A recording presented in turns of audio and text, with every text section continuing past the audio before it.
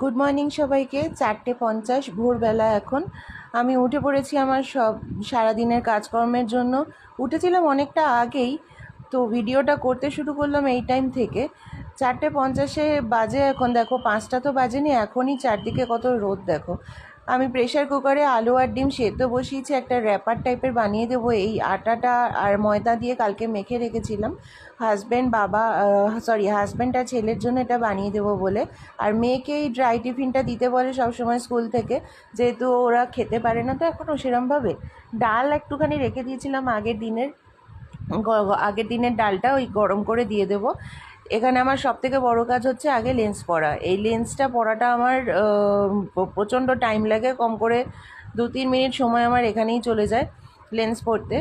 আর এই লেন্সটা আমি মানে এটা আমার রেগুলারের অভ্যেস, সেজন্য আগে এটা না পরে অন্য কোনো কাজ আমি করতে পারি না। এটা পরে তারপরে ব্রাশ করা, মুখ ধোয়া, বাদ বাকি গাছে জল দেওয়া, বাকি সব কাজ এটা পরে তারপরে করতে পারবো, কারণ লেন্স না পরে আমি একদমই কিছু করতে পারি না। এখানে আমি নিউট্রিলাটাকে সেদ্ধ হতে দিয়ে দিয়েছিলাম। আমি নিউট্রিলার তরকারি আর ডাল করে দেবো। নিউট্রিলার তরকারির জন্য আলু কেটে নিচ্ছিলাম, ডুমো ডুমো করে আলু কেটে। আর আজকে একটু পেঁয়াজ রসুন দিয়ে নিউট্রিলা তরকারিটা করব, কারণ আজকে এত নিরামিষের আজকে আমাদের কোনো ব্যাপার থাকে না। তো পেঁয়াজ রসুন আদা টমেটো সব কিছু পেস্ট করে নিয়ে ডিমের কারিটা করব। তার আগে আলুগুলোকে এরকম ডুমো ডুমো করে কেটে নিচ্ছিলাম। ওদিকে আমার নিউট্রিলাটাও অলমোস্ট সেদ্ধ হয়ে গেছে। আর ওই ডিম আর আলুটা যে প্রেশার কুকারে সেদ্ধ করেছিলাম না, ওইটাকে এবার আমি একটা ওই র্যাপার টাইপের করে দেবো। মানে ওগুলো দিয়ে ওই তেলের মধ্যে একটু নাড়াচাড়া করে ভালো করে ওইটার একটা আমি পরোটা টাইপের করে পরোটার মধ্যে ওগুলোকে দিয়ে দুজনেরই টিফিন দিয়ে দেবো। তার সাথে আমার জন্য একটা রেখে দেবো, আমারও টিফিন খাওয়া হয়ে যাবে। তো এখানে দেখো নিউট্রিলাটা সেদ্ধ হয়ে গেছে অলমোস্ট। এখানে আমি বেসিনে রেখে দিলাম নিউট্রিলাটাকে। আর এটা একটু ঠান্ডা হবে, তারপরে আমি এটাকে একটু ভাজা ভাজা করে নেব। আমি আলু নিউট্রিলা একবারই ভাজা ভাজা করে নেব, ঝুড়ির মধ্যে ঢেলে একটুখানি আমি ঠান্ডা হতে দিলাম। এই বাসনটা আমার লাগবে, সেই কারণেও আরও ঝুড়ির মধ্যে ঢাললাম, কারণ এই বাসনটাতে আমি এখন দুধ গরম করব। আমার ছেলে মেয়ে দুজনেই সকালবেলা একটু দুধের বিস্কুট খেয়েই স্কুলে পাঠাই আমি ওদেরকে। ছেলেকে এবার ডাকতে যাচ্ছি আমি। এবারে চলে এসেছি, ছেলেকে ডেকে ছেলে উঠে পড়েছে। ওর মতন ও একটু বড় হয়ে গেছে, তো ও এখন উঠে নিজে ফ্রেশ হতে পারবে। ব্রাশ করে পটিতে যায়, তারপরে একটুখানি হালকা গা মতন ধুয়ে নেয়, এখন প্রচণ্ড গরম বলে ধুয়ে নিজে নিজেই স্কুলের ড্রেসটা পরে নিতে পারে। তো ও চলে গেছে ওদিকে রেডি হতে, আমি এদিকে ওদের র্যাপারটা রেডি করতে শুরু করে দিয়েছি। ডিম আর আলু সেদ্ধটাকে ভালো করে মেখে নেব। মেখে নেওয়ার পরে এখানে আলুটা প্রচণ্ড গরম ছিল, আমার জন্য ছাড়াতে অনেক সময় লেগে যাচ্ছিলো, কিছুতেই ধরতে পারছিলাম না। তারপরে কাঁটা চামচ দিয়ে ভালো করে মিক্স করে ওপর থেকে ওই চামড়াটাকে আমি ছাড়িয়ে নিয়েছিলাম। ডিমটাকেও আমি একসাথে মেখে নেব। মেখে নিয়ে ওই পেঁয়াজের ভাজতে দিয়েছিলাম না, এখানে দুধ গরম হয়ে গেছে, দুধটাকে আমি স্টপ করে দিলাম। এবার এই পেঁয়াজটা যে ভাজতে দিয়েছিলাম তার মধ্যে এগুলো দিয়ে দিলাম, দিয়ে এর মধ্যে কটা গুঁড়ো মশলা দিয়ে দেবো, যেমন এই লঙ্কার গুঁড়ো, জিরে গুঁড়ো, ধনে গুঁড়ো, একটু অল্প নুন দিয়ে ভালো করে দেবো। এই যে মশলাটা আছে এটার মধ্যে তোমরা অনেক কিছুই দিতে পারো। এটার মধ্যে তুমি পনির গ্রেট করে দিতে পারো, চিজ দিতে পারো, যারা চিকেন খেতে ভালোবাসে চিকেনের কুচি দিতে পারো। আমার কাছে বাড়িতে কিছু ছিল না, ওই জন্য আমি ডিম আর আলু সিম্পল দিয়ে দিয়েছি। এখানে আমি পরোটাটা ভেজে নিয়েছিলাম, পরোটাটা একটু তেল দিয়ে ভাজা ভাজা করে নিয়ে তার মধ্যে ওগুলোকে আমায় দিতে হবে। মজার ব্যাপার হচ্ছে এখানে পরোটাটা ভাজতে গিয়ে হঠাৎ করে সে মানে ওই ফ্রাইং প্যানটা থেকে নিচে পড়ে গেছিলো, কেন ঠিক বুঝতে পারলাম না, ব্যালেন্সটা হারিয়ে গেছিলো মনে হচ্ছে পরোটাটার। যাই হোক, পরোটাটাকে ভালো করে ভাজা করে নিয়ে দুপিঠ ভালো করে তেল দিয়ে একটু ভাজা ভাজা করে নিতে হবে। নিয়ে তারপরে ওই দেখো পড়ে গেল পরোটাটা তারপরে আমি আবার তুলে নিয়েছিলাম সাথে সাথেই, যদিও। তো ভালো করে দুপিঠ ভাজা ভাজা হয়ে গেছে। আমি অতিরিক্ত তেল দিই না, অল্প একদম হালকা তেলে শ্যালো ফ্রাই যেটাকে বলে করে মশলাটাকে তার মধ্যে এক সাইড দিয়ে আরেক সাইড দিয়ে আমি র্যাপ করে দেবো। এটাকেই বলা হয় র্যাপার। তো দোকানে এগুলোই অনেক দামে বিক্রি করে। যাই হোক, বাড়িতে তো সব কিছুই অনেক কমেই বানিয়ে নেওয়া যায়। দোকানের মতন হয়তো অতটা টেস্ট হয় না, কিন্তু বাড়ির খাবারটা আমার মনে হয় অনেক বেশি হেলদি। আমার ছেলে মেয়ে সবসময় বাড়ির খাবার পছন্দ করে, দোকানের খাবার অত পছন্দ করেও না। ছেলের যাতে খেতে সুবিধা হয় ওই জন্য এটাকে আমি 3টে ভাগ করে দিচ্ছি, এবং এটাকে অপোজিট মানে উল্টো পিঠে করেও এটাকে ওই 3টে ভাগ করে দেবো, যাতে ও টিফিনে হাতে নিয়ে তাড়াতাড়ি করে খেতে সুবিধা হয়। সস খেতে ছেলে ভীষণ ভালোবাসে, আমার বর আবার সস খেতে ভালোবাসে না, ওই জন্য ছেলেরটার মধ্যে একটু সস দিয়ে দিলাম।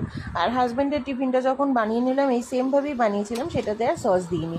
তো ওটা হচ্ছে ওর হাজব্যান্ডের ব্রেকফাস্ট। এবারে আমি এখানে কড়াইতে তেল গরম করেছি, এই সয়াবিন আলুগুলোর এই তরকারিটা এবার বানিয়ে নিতে হবে। সয়াবিন আলুটাকে ভালো করে একটু ভাজা ভাজা করে নেব। যতক্ষণ এটা ভাজা হতে থাকছে আমি ততক্ষণ চট করে ভাতটা বসিয়ে দিই, কারণ ওকে লাঞ্চে তো ভাত ডাল সয়াবিন আলু তরকারি দিতে হবে। ডালটা যদিও কালকে করা ছিল, সেটাকে আমি ভালো করে একটু ফুটিয়ে নিয়েছিলাম। আর ভাত আর সয়াবিন সবই আমি ফ্রেশ করে দেওয়ারই চেষ্টা করি, যদিও ডালটা ছিল বলেই আর করিনি। এই ফাঁকে এটা আমার হাজব্যান্ডের টিফিনটা তৈরি করছিলাম, আর এদিকে সয়াবিন আলু ভাজা হচ্ছিলো। এই ফাঁকে আমি চট করে গাছগুলোতে একটু জল দিয়ে আসলাম, কারণ বেলা পড়ে গেলে না রোদ্দুরের মধ্যে আমি জল দিতে ঠিক চাই না গাছগুলোতে। এদিকে সয়াবিন আলুগুলো ভাজা ভাজা হয়ে গেছে। এবার কড়াইতে আবার তেল দিয়ে আমি একটা মশলা পেস্ট করে নিয়েছিলাম, সেটার মধ্যে হচ্ছে পেঁয়াজ আদা রসুন টমেটো কাঁচা লঙ্কা সব দিয়ে একটা মশলা পেস্ট বানিয়ে নিয়েছিলাম। সেটাকে আমি তেলের মধ্যে দিয়ে নাড়াচাড়া করে নেব। আর খুব তাড়াতাড়ি আমাকে এগুলো করতে হয়, কারণ আমি তোমাদের ঘড়িতে দেখালাম তখন বাজে 5টা, আর আমাকে 7টার মধ্যে সবাইকে রেডি করে দিতে হবে। ছেলে 6টার মধ্যে বেরিয়ে যায়, ছেলের অলমোস্ট সব কিছু রেডি হয়েই গেছে, ওর দুধও খাওয়া কমপ্লিট। এখানে আমি গুঁড়ো মশলাগুলো দিয়ে ভালো করে মশলাটা কষাচ্ছি, আর হাজব্যান্ডকে আমাকে 7টার মধ্যে বের করে দিতে হয়। দেখো এখানে ছেলে রেডি হয়ে গেছে, ছেলে এখানে রেডি। ছেলে এবারে তোমার দুধটা খাবে, দুধটা খেলেই ওর সমস্ত জিনিস রেডি হয়ে যাবে, তারপরে ও নেমে যাবে। আর এখানে আমি সয়াবিন আলুটাকে এবার কষাচ্ছিলাম। বাইরে প্রচণ্ড রোদ উঠে গেছে, মনে হচ্ছে যেন সেই বেলা 10টা 11টা বেজে গেছে, এতটা রোদ উঠে গেছে বাইরে। একটু জল দিয়ে দিয়ে ভালো করে এটাকে আমি কষিয়ে নিয়েছিলাম, যেহেতু ডাল ছিল সেই জন্য এটার মধ্যে বেশি ঝোল আমি দেবো না, এটা একটু কষা কষা করেই থাকবে। আর এটা এতটা বেশি করে করার কারণ হচ্ছে এটা আমাদের দুপুরেও থেকে যাবে এবং রাত্রিবেলাতেও হয়ে যাবে। আমি বারবার করে রান্না করতে পারি না, কারণ আমার বাদবাকি এত অনেক কাজ থাকে যে আমাকে যদি দুবেলা আলাদা আলাদা করে রান্না করতে হয় তাহলে খুব সমস্যা হয়ে যায়। এখানে আমার সয়াবিন আলু তরকারিটা অলমোস্ট হয়েই এসছে। এখানে আমি এই পর্যায়ে একটুখানি চিনি দিয়ে অল্প একটু গরম মশলা দিয়ে অল্প একটু সামান্য ঘি দিয়ে নামিয়ে নিলাম।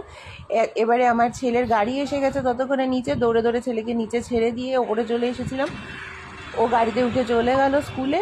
এবারে আমি আমার হাজব্যান্ডের লাঞ্চটা প্যাক করব। বাইরে দেখো কতটা রোদ উঠে গেছে, মনে হচ্ছে যেন সেই শরৎকাল। এখন 10টা 11টা বাজে, কে বলবে কোনো বৃষ্টির নামমাত্র নেই, কোনো বর্ষা আসার নাম নেই, আর গরম তো কমারও নাম নেই। আমি হাজব্যান্ডের লাঞ্চটা এখানে প্যাক করে দিলাম, ভাত ডাল আর সয়াবিনের তরকারি, ব্যাস এটাই যথেষ্ট। আর ব্রেকফাস্টে তো কী দিলাম দেখেই নিয়েছো। এইবারে যাব মেয়েকে ডাকতে, এটা আমার সবথেকে বড় কাজ, কারণ মেয়েকে ওঠানো এতটা সহজ না। মেয়েকে অনেকক্ষণ ধরে ওঠাতে হয়, অনেকক্ষণ ধরে ওকে বলতে হয় ওঠো ওঠো ওঠো। তারপরে এই আমি ওকে উঠিয়ে ব্রাশ ফ্রাশ করিয়ে বিস্কুট দিয়ে বসিয়ে দিয়েছি, কারণ ওর বিস্কুট খেতেও অনেক সময় লাগে। আমি সেই ফাঁকে বিছানাটা রেডি করতে হবে, বাসি বিছানা আছে সেগুলোকে আমি ভালো এখন হাজব্যান্ডকেও ডেকে দিয়েছি, ও চলে গেছে ফ্রেশ হতে। আমি এখানে বালিশ টালিশগুলো গোছাচ্ছিলাম, চাদরগুলো ভাঁজ করছিলাম, কারণ রাত্রিবেলায় এসি চলে, সবাই একটা একটা করে চাদর নিয়ে শুয়ে পড়ে। তো আমাকে সকালে উঠে মোটামুটি 4টে চাদর ভাঁজ করতে হয় প্রত্যেক দিন। তো চাদরগুলো ভাঁজ করে বালিশ টালিশগুলো সেট আপ করে বিছানা টিছানা ভালো করে ঝাঁট ঠাট দিয়ে ঘরটাকে আমি রেডি করে নিচ্ছিলাম, কারণ বিছানা অগোছালো থাকলে আমার ভীষণ বিরক্ত লাগে। আমি যাই করি না কেন, যতই কাজ করি না কেন, বিছানাটা গোছানো না থাকলে আমার কোনো কাজ করতে ইচ্ছে করে না। আমার জানি আমি ওদিকে আমার অনেক কিছুতে লেট হয়ে যাচ্ছে, কিন্তু তবুও আমি তাড়াতাড়ি তাড়াতাড়ি করে বিছানাটা করে নেওয়ার চেষ্টা করেছি। আর মোটামুটি আমি রেডি করেও নিয়েছিলাম, কারণ এগুলো আমি খুব তাড়াতাড়ি করেই করি। এই বিছানা অগোছালো থাকলে সেই অবস্থায় ওদেরকে ঘর থেকে বের করতেও আমার ভালো লাগে না। জানি এগুলো হয়তো অনেকেই মানে না, কিন্তু আমার একটা মনের মধ্যে একটা আমার শান্তি থাকে যে আমার গোছানো ঘর থাকবে, সব কিছু সবসময় গোছানো থাকবে। এটা আমার বলতে পারো একটা অ্যাডিকশন। তো ঘর টর অগোছালো থাকলে আমার ভীষণ মানে খুঁতখুত খুঁতখুত করতে থাকে। যতক্ষণ না ঘরটা গোছাবো ততক্ষণ আমার কোনো কিছুতে শান্তি হয় না। এখানে আমার কয়েকটা টবে জল দিয়ে দিলাম তাড়াতাড়ি করে, রোদ তো উঠে গেছে দেখতে পাচ্ছ কতখানি। আমার মেয়ে এখানে আমার পেছন ঘুরঘুর ঘুরঘুর করছে। এবার মেয়েকে যাবো রেডি করতে, স্কুলের ড্রেস ট্রেস পরিয়ে ওকে রেডি করে দিলাম। হাজব্যান্ডকে চা বিস্কুট দিয়ে দিয়েছি, ওইদিকে ও বসে খাচ্ছিল। এখানে মেয়ে আমার রেডি হয়ে গেছে।